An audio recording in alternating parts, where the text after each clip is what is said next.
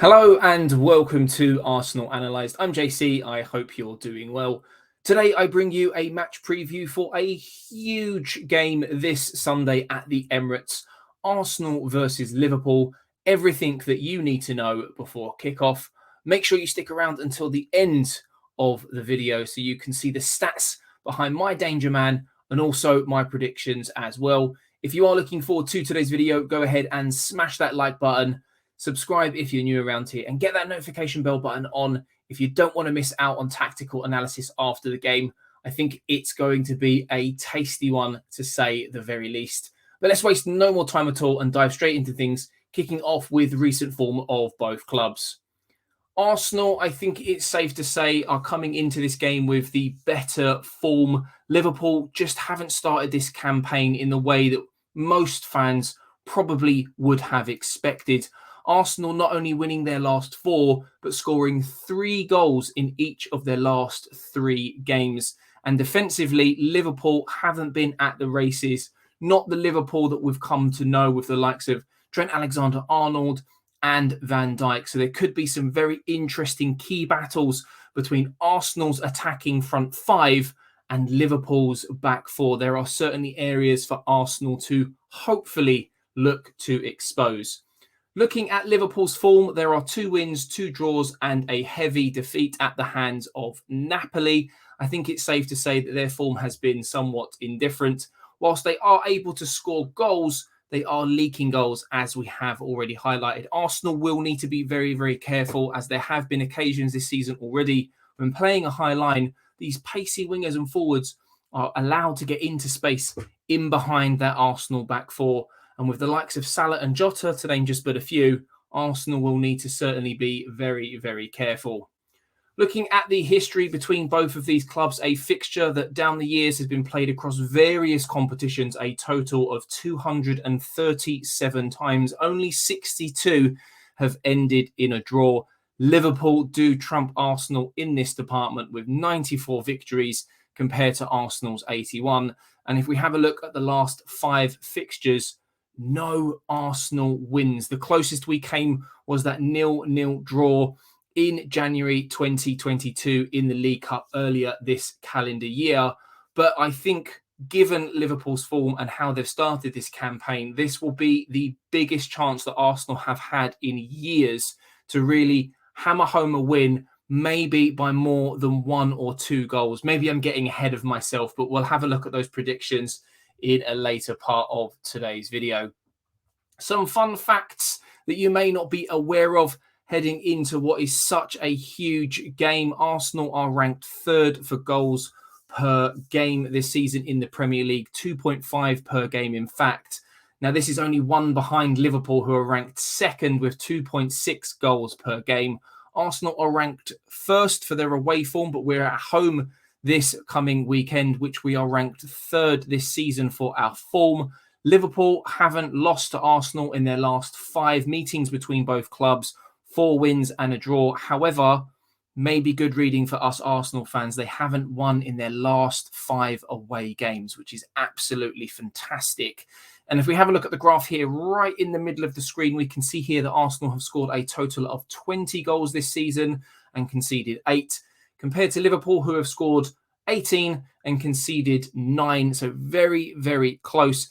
And if we have a look here, Arsenal still yet to concede in that opening 30 minutes, as well as the last 15 minutes. Most of Arsenal's goals being conceded in that 60 to 75th bracket, where coincidentally, Liverpool are scoring a lot of their goals from the 60th minute onwards. So there's going to be some key battles in there.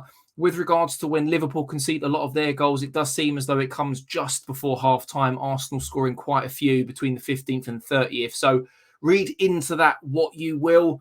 Arsenal have been very good this season at scoring just after half-time as well. Not an area that Liverpool typically tend to concede too many goals in either. But as I said, read into that what you will. And lastly, for this particular section, Arsenal do still sit top of the Premier League compared to Liverpool, who are down in 9th.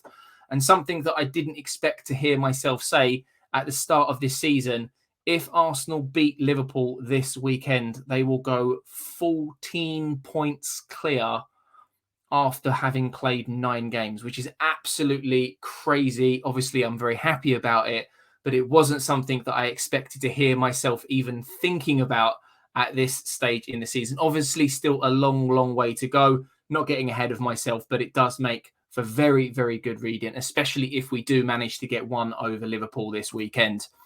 With regards to team news, some interesting news with regards to Arsenal and Zinchenko, which I'll speak about in just a moment. Emile Smith Rowe, as most Arsenal fans will know, is out long term. Unfortunately, he will be missing the World Cup. Mohamed Elneny also out long term. Now, Zinchenko is an interesting one because he hasn't been pictured training this week for Arsenal at the time of recording this video. Arteta never gives anything away in his press conferences. So it might be mind games. He might be available. There might be pictures being held back or videos being held back of Arsenal training just so that maybe Arteta has that slight competitive edge over Klopp.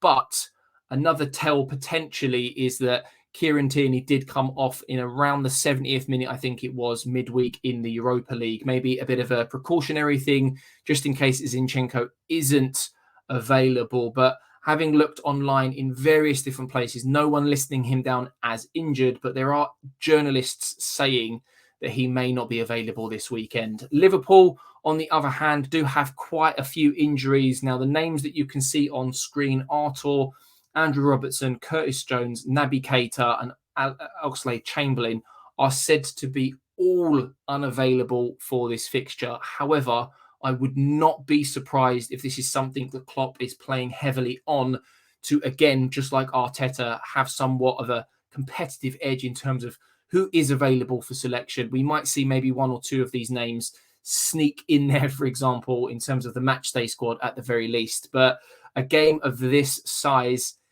you want to have as much competitive edge as physically possible. So don't be surprised if you do see some of these names pop up come Sunday afternoon.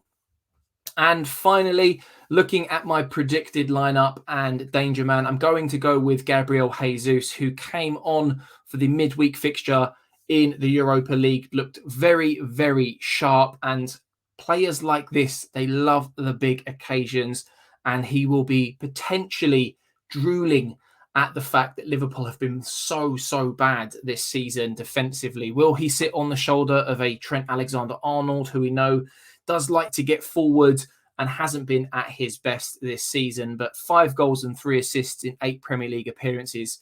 That is a goal contribution per 90 minutes, which is absolutely fantastic. But he does like to look out for his colleagues as well, with 14 chances created and in and around the XG so far expected of him this season. 5 goals, 5.6 XG. So exactly where you'd want him to be. He's been such a difference for this Arsenal side this season. But coming to my predicted lineup, as you can see there on the left-hand side, this side pretty much picks itself. The only change I would say that has a big question mark over it is left back. The only sort of injury concern, if you will, and I do anticipate that it will be Kieran Tierney that gets the nod. The rest of the team, when it's fit, pretty much picks itself. There were no injury concerns or news around Thomas Partey. Maybe at times we wrap him in cotton wool. A lot of players were rotated midweek, so you'd imagine that they're fit and ready. And maybe the only player that could maybe argue or push for a starting spot is Fabio Vieira. But at this stage of the season, with the way Martin Odegaard is playing, I can't see him coming in for a fixture like this. Maybe we see him later on in the game if we're chasing the game, for example. But that is going to wrap things up for today's video. My score prediction, straightforward stuff. I'm going to go for an Arsenal win 2-1. Let me know yours down in the comments below, along with your predicted lineups. Do you agree with mine? Would you make changes? Do let me know. Smash that like button if you have enjoyed today's video. Subscribe if you're new around here. And as already mentioned, tactical analysis coming after the game on Sunday. So make sure you've got that notification bell button on so you don't miss out. But for now, I'm JC, and I'll catch you in the next one. Stay safe and take care.